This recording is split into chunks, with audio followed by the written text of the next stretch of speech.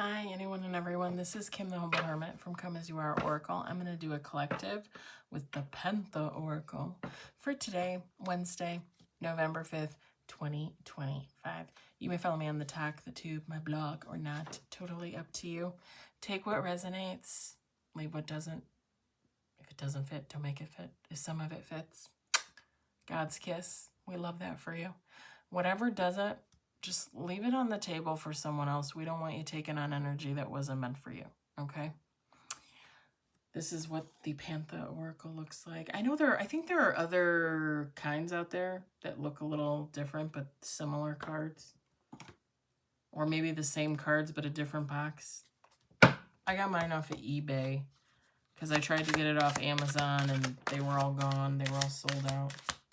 We got one card, and in the reverse, ooh, 3 cards, 1 card in reverse.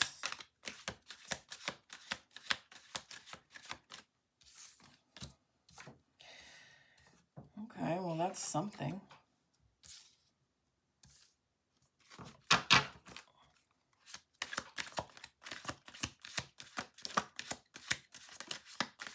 Four cards, 2 cards in the reverse.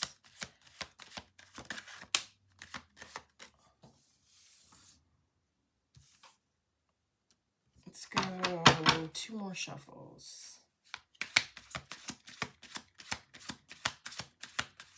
Okay, I like this.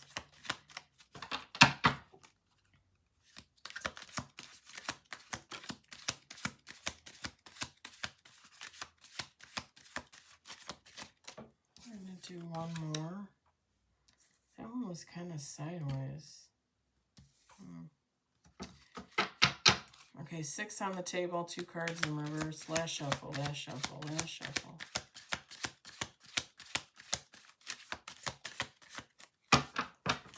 Oh, we got 7. Bottom of the deck. Pardon me. Feminine, masculine, take how it resonates. Sorry, I got the cards sitting up here on my little cabinet thingy. I have a sip of my black coffee. All right. I just said feminine, masculine, take how it resonates. I haven't even showed you the cards yet. Okay, I'll say it again. We got relaxation in the reverse. We've got disturbance. Wait.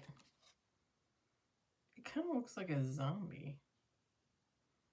Doesn't it kind of look like a zombie female riding a male human?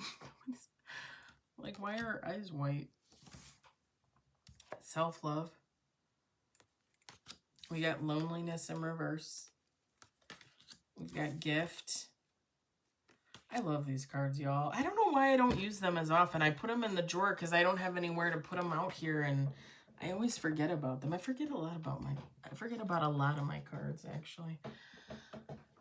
We got stubbornness. And then bottom of the deck, we got fright. Feminine, masculine, it doesn't matter. Somebody is on edge, okay? There's some type of disturbance in their world, in their presence. And I'm not really seeing anything specific, but it could be relationship-wise, and it doesn't have to be a lover situation, though it can be. It could be somebody that's like not talking to a friend, not talking to a family member, issues in the workplace, neighbors, that kind of thing. Like somebody's on edge about something, like a situation. But whoever this is, okay, they're taking care of themselves. They're working on themselves. Not at all lonely. This is someone very at home in their skin. Like they're okay being alone. They might very much enjoy being alone, right? Some of us do. Some of us don't mind it at all. And that's not to say that you don't want a person, right? But you're still very comfortable being on your own. I resonate with that. I love being on my own. I love doing my own thing. I love not having to answer to anyone. Do I want a soulmate? Do I want a person? Of course I do. Where are they? When are they coming? Never mind. I'm going to do me, and I'm going to be happy doing it. So I'll just be over here living my life, chilling, doing readings, going to work every day, playing with my kitties, and hope that one day a man will walk in. And yes, I said a man because I would prefer a man. A strong, masculine man walk in and say, Kim, I'm here to protect you. I'm here to take care of you. Nothing else would give me greater purpose.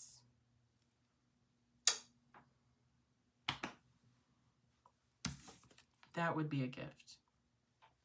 I don't think this person is receiving a gift from another person. I think this person is gifting themselves this. Gifting themselves not being this. Because it's all very much about oneself. Now, here comes like the little negative aspect. It comes at the end here. Whoever this person is, they could be considered very stubborn. And whoever this person is, they know they are. And I'm not necessarily getting like, oh, they're so stubborn, like it's evil. Or they're so stubborn, like, you know, it's out of control. It's just somebody can recognize. It's almost like grudge-like. Like somebody can recognize like, oh, I can hold a grudge. I can be stubborn. To the point where somebody is looking at it, and that could be part of the self-love. Like I need to. It could also be part of whatever this is. I need to work on this. Like I need to work on this. Because if I don't work on this, then I'm gonna feel like this. Then I'm gonna feel like this has overtaken my life. When really, I just want a lot of this and a lot of this. And the opposite of lonely. I want to be okay in my skin. I want to love myself, right? Like, somebody does not want to get to the point where, like, they live in this. That's why this is at the end. This is why this is the bottom of the deck. And it says fright, depression, phobia, paranoid. You don't ever want to let something like negative, like a negative emotion, take control of you to the point where, like, you're literally depressed about it. Or, you're literally paranoid that you're never going to be able to get out of that emotion. You don't ever want to be like that or feel like that, you know?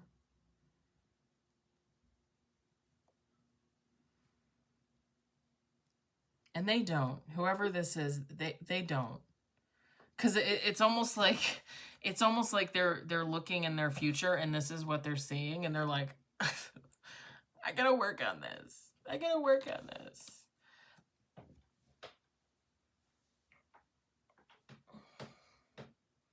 I'm going to say this because I'm going to use myself as an example here.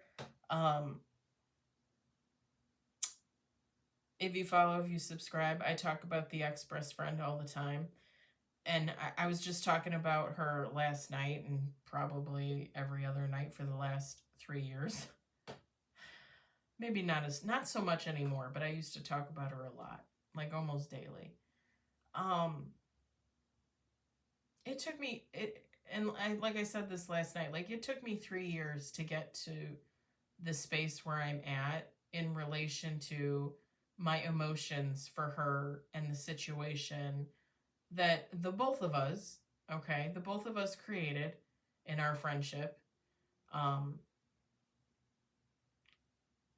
It's taken me 3 years to get where I am, how I feel about her, and not be angry, you know? And I haven't felt angry about it in probably like a year, maybe a little more than a year, somewhere around there.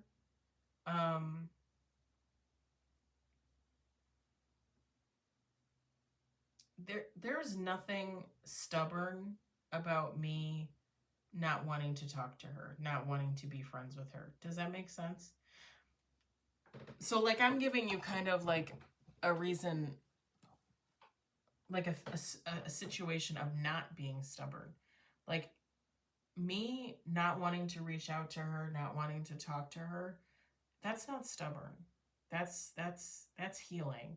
That's realizing like I can live without her, because the energy that was shown to me before I left that situation was just, it wasn't just negative, it was downright sociopathic, psychopathic, just evil. Just evil.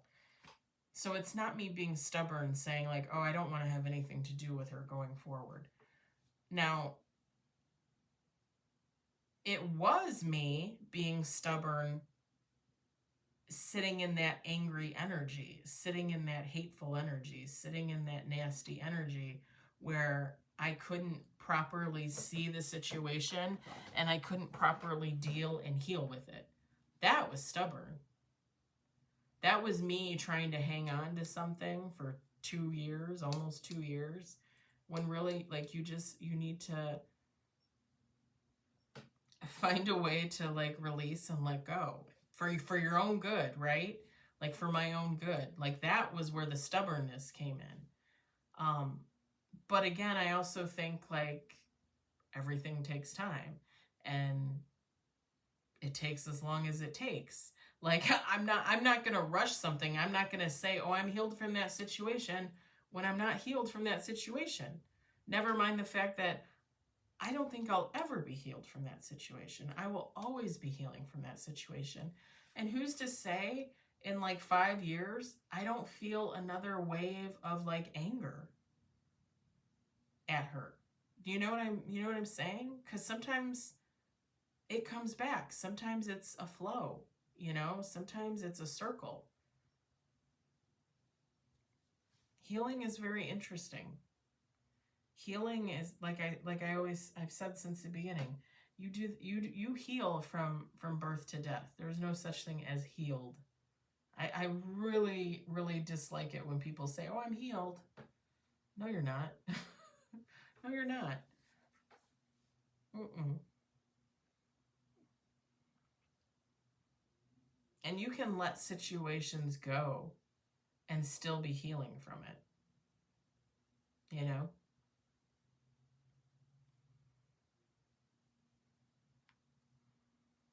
But it took me a while to realize like I was stubborn. I was hanging on to that energy when really I just needed to, and it's not even necessarily like forgiveness.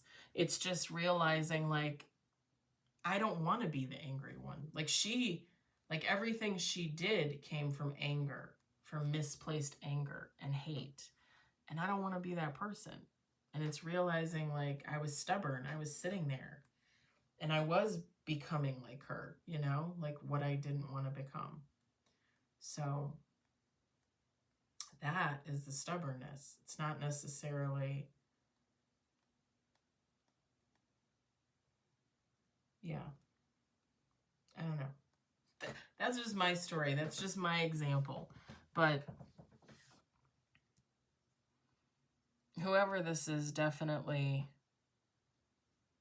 wants to move on from that. And that's not to say like, I mean, stubbornness to me is something you're probably going to be dealing with on and off your whole life, I can also say this too. Another example is if you subscribe, my friend at work that may or may not be seeing the guy that I was and or are in love with, because it changes on the daily.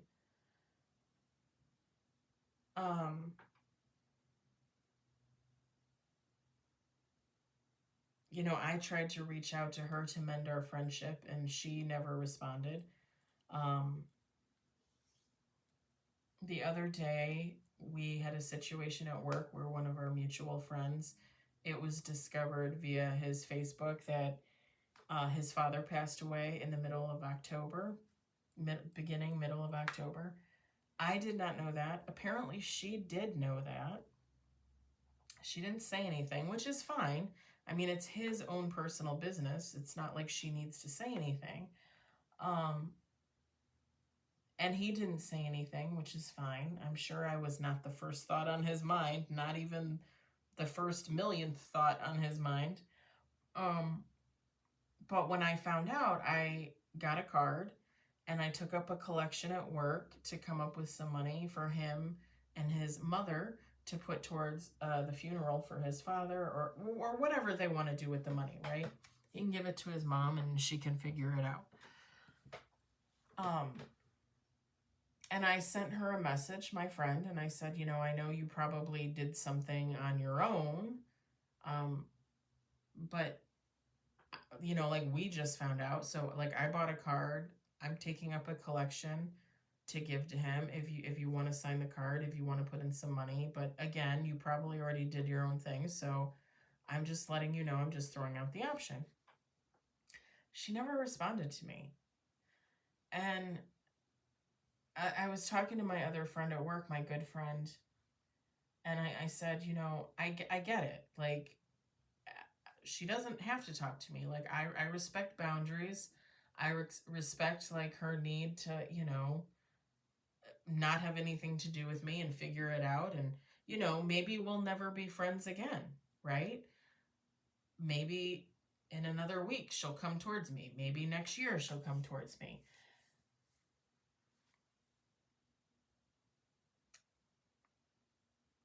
At some point, depending on how long the situation plays out, I'm just going to take a wild guess and say that at some point she's going to realize, like, she might have been a little too stubborn and she might have waited too long. And the only reason why I say this, because I've told you guys before, it happened to me with someone else. I talked before about the guy that assaulted me at work, at the old building where we used to work, and my friend was his girlfriend. And when I told her, she didn't believe me. And for 2 years, she didn't say anything, and we didn't really talk. And then all of a sudden, she reached out to me and said she wanted to talk. So we went and had a conversation for like 2 hours, 3 hours, something like that, at a Starbucks. And then afterwards, like, she thought we were back to being friends, like everything was going to be great. But I didn't call her, and I didn't text her, and I didn't talk to her at work. Because for me, that 2 years was too late. And it's not that I sat down and I listened to her and she apologized more than once. And I took that apology, and I didn't necessarily tell her she was forgiven, but I guess in that instant, like, I didn't really feel like I needed to forgive her. Like, I love her. Like, I want the best for her. She's a good person. Like, I know she's a good person. She was just caught up with the wrong person. And as I've talked to some people at work, she probably still is caught up with that wrong person. But, you know, I wish her well and love and happiness and all that. But after 2 years, like, I just felt like she was kind of late, you know, like the boat already sailed. Like, our friendship was already gone. And it's funny because lately, like the last couple months, I've been thinking, like, I wonder what she would say to me if I reached out to her and said, hey, do you want to, you know, hang out or go for a walk or grab some coffee, or, you know, would she be open to the possibility of rekindling a friendship? Or would she do to me what I did to her? Not necessarily out of meanness, just because she feels like I waited too long, right? Like, that is a perfectly valid emotion and excuse in my opinion. Okay, that's just my opinion. But kind of like where she was stubborn to talk to me for 2 years, I was stubborn to talk to her for 2 years. And now, like, the last couple months, like, I felt like, well, maybe her and I should be friends again. Maybe. I don't have to have anything to do with him if she's still seeing him. But, you know, maybe it would be nice to see her and her kids outside of work. Like, we used to be friends. Like, when she was married to her ex-husband, I went to her house and had dinner with them. And I was still with my ex-husband, you know? Like, she actually, when she was separating from her ex-husband, she came and moved in with me and my husband when I was still married. She lived in our bedroom for like 2 weeks, you know? So our guest bedroom, not our bedroom, but our guest bedroom. And I always, we referred to each other as Lucy and Ethel. I still do not know which one is Lucy and which one is Ethel, but it fit. Like, it fit. Everybody at work thought we were like related, like sisters, cousins, something like that. We could always like play off of each other like that. Like, it was like the chemistry was there, the friendship was there. It was like we should have met each other like when we were kids. She's a soulmate. She's a soulmate. But it's funny because again, I wonder, like, if I were to reach out to her and say something after 2 years of waiting and not saying anything, like, would she tell me no? Which is perfectly within her right to do so. I mean, I did the same thing. And again, I think it was perfectly within my right to do so, you know? So if I reached out to her and said, hey, you want to get coffee? And she says, no, I don't think so. Like, I wouldn't be shocked. I wouldn't be surprised. Would I be a little hurt? Of course I would be, right? I'd be a little sad, you know, to know, like, it's over. Like, officially it's over. But at the same time, I wouldn't hate her for that. You know what I mean? And I think it's a very enlightened individual to recognize that.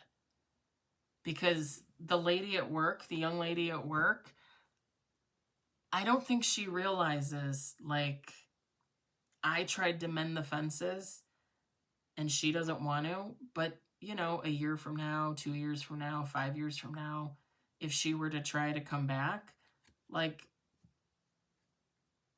am I going to be interested?